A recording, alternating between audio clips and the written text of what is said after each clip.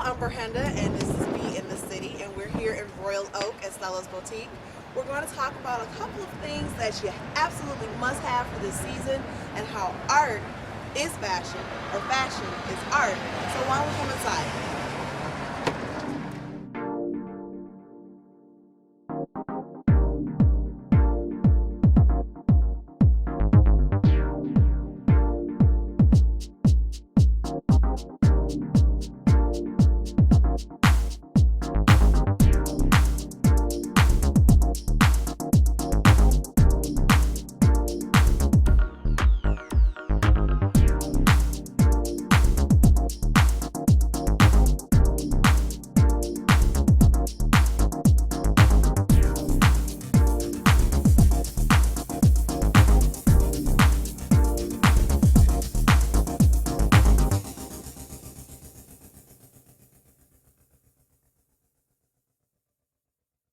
Hi, I'm Brenda B, and this is B in the City, and I am in one of my favorite places in the whole wide world, Stella's Upscale Boutique in fashionable Royal Oak, Michigan.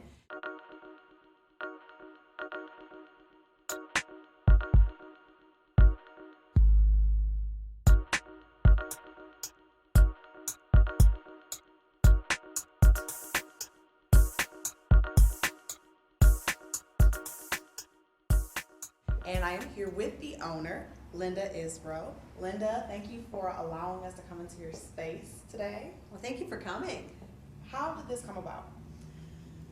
I have been doing retail for probably about 9 years, and I was selling on the internet, and then I was traveling and working at conventions and setting up a booth at conventions, and after several years of doing that, it just got very old of being on the road all the time, and I just decided to find a storefront where I wanted to set up a store, but it had to be the perfect spot. Name a moment or a customer that is the most memorable for you.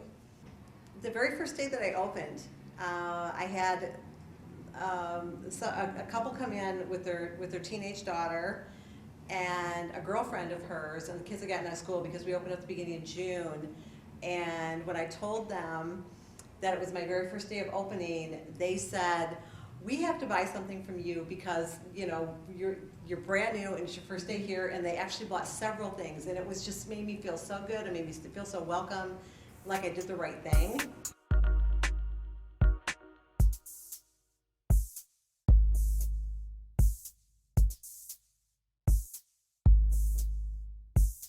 So this was a dress that I knew I absolutely had to have.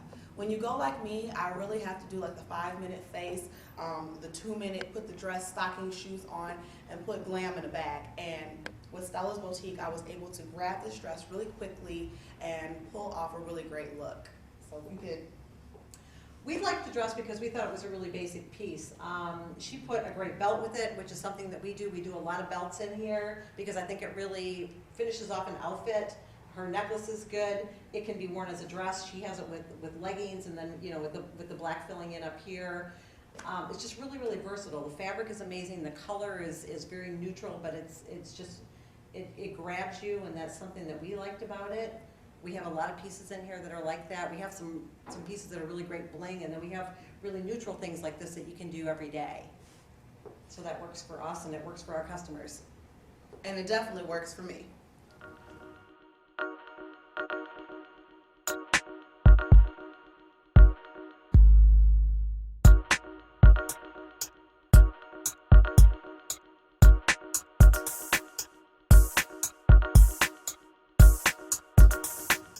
You better not go anywhere, because up next, I'm going to be trying on a few things here at Stella. We're going to talk about some tips of things that you absolutely must have for this season. We're going to engage a little bit more on what it's like to be a girl in this world. But before we get into that, I want you to check out what's hot in the city.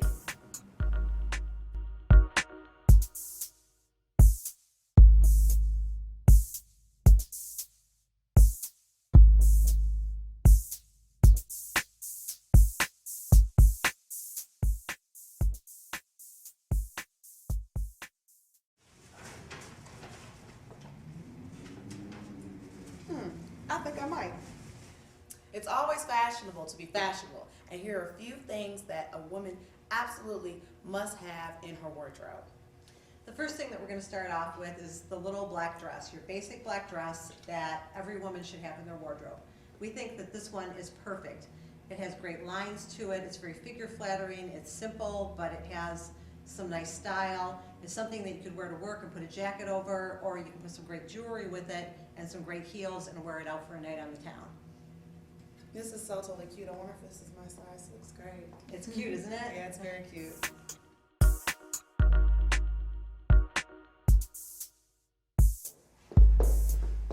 This is the next dress that we felt was really a basic piece. It's in kind of a mocha, kind of a gray brown, and this can be done with leggings. It can be worn as a top. Again, you can dress it up, dress it down. It has a great belt with it that you can interchange the belts. You can put something thinner, something wider, and just make it very, very versatile.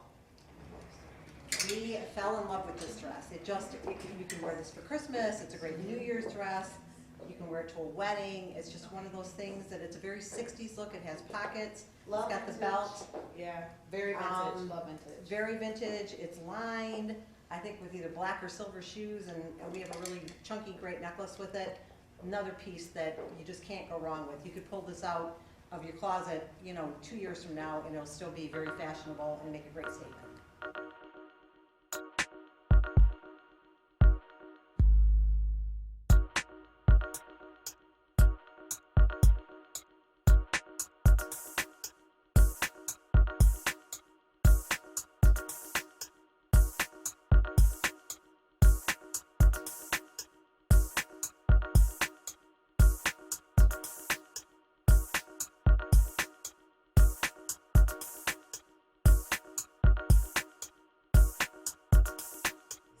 We call this piece the Lady Gaga ring because Lady Gaga actually has a ring exactly like this but in a different color from my store that was a gift to her from one of my customers.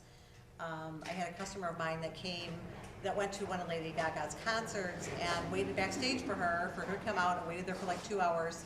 And he had the ring on and she saw the ring, absolutely loved it, and he gave it to her. And she has worn it on, several occasions in public. And I have pictures from like People magazine and Ellen. She wore it on the Ellen show, and it's a very interesting ring, and it's very expressive and very artistic. And this piece, the Gaga ring, definitely is a great accessory to go with anything kind of monochromatic to give it that extra burst. So definitely love Gaga and love this ring.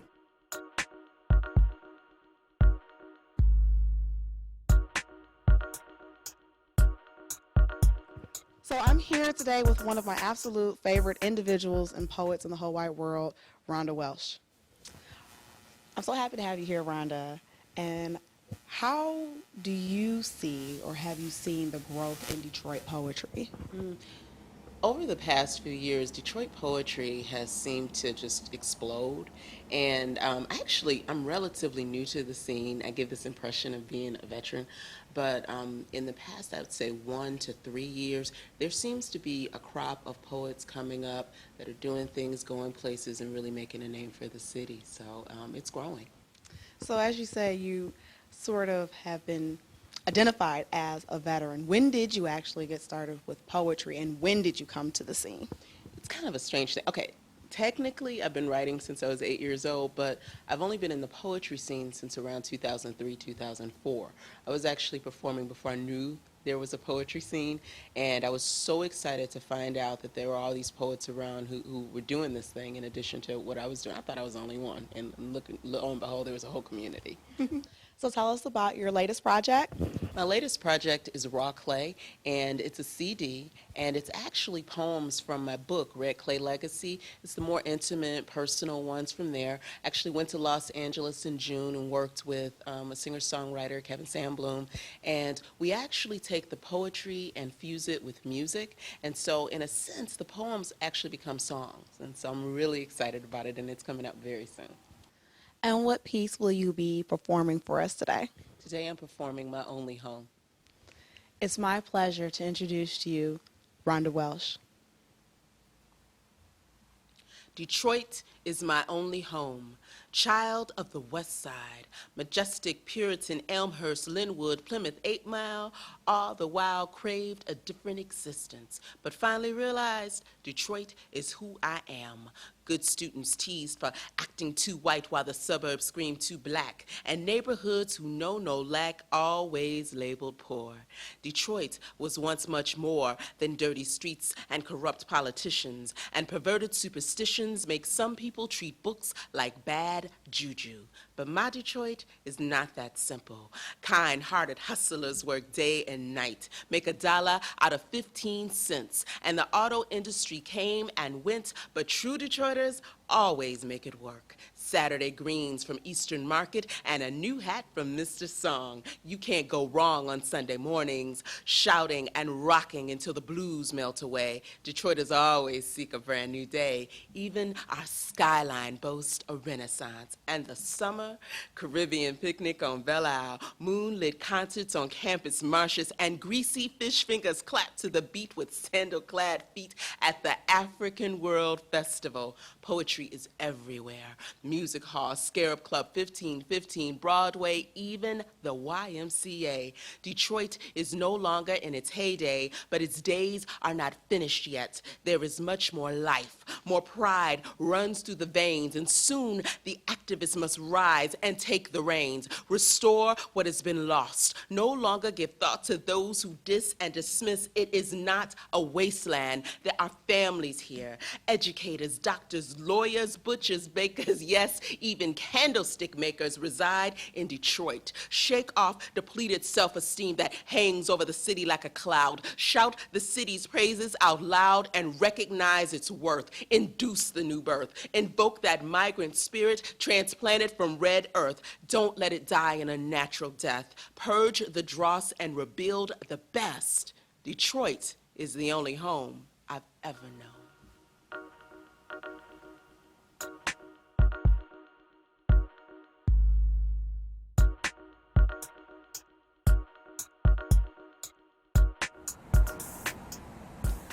I went to the hospital last night to visit a friend of mine. He's on life support. Could you please pray for him? I said I went to the hospital last night to visit a friend of mine. He's on life support. Could you please pray for him? I brought him a few things that I thought he could use. I brought him a microphone, 2 turntables, and a notebook. I went by the hospital last night to visit a friend of mine. He's on life support. Could you please pray for him? Some of you may know him. First name Hill, last name Howe.